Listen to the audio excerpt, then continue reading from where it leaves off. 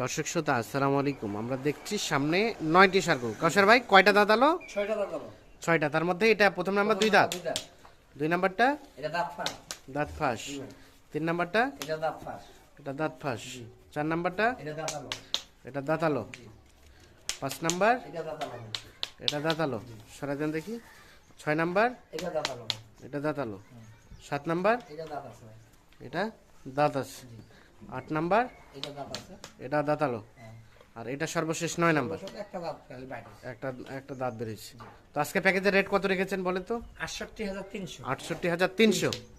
আচ্ছা, তাহলে এটা 9, না, এটা 8, 8, আচ্ছা এটা 7, 7, এটা 6, 6, এটা 5, এটা 4, এটা 3, 2,